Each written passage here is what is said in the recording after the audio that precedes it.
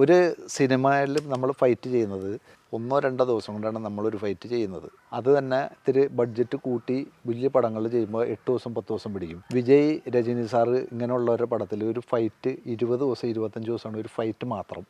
അപ്പോൾ അതിൻ്റേതായ ഭംഗിയും കഷ്ടപ്പാടും ആ ഷോട്ട് ബ്യൂട്ടിയൊക്കെ ഉണ്ടാവും.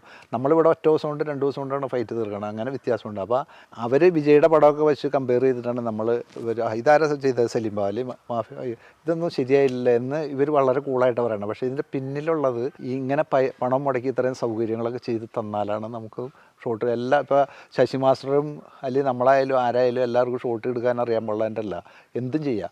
അതിന് ക്യാമറ 2, 3, 4 ക്യാമറ ഒക്കെ വേണം. ഇത് ഒരു ക്യാമറ തന്നെ വെച്ചിട്ട് നമ്മളെ വിളിച്ചിട്ട് 12 മണി വരെ അവരുടെ ഷോട്ട് എടുക്കുക. ലാസ്റ്റ് 12 മണിക്ക് ശേഷമായിരിക്കും നമുക്ക് ഈ ഫൈറ്റ് തീർക്കേണ്ട. നമ്മൾ 6 മണിക്കാണ് പ്ലാൻ ചെയ്ത് വരണത്.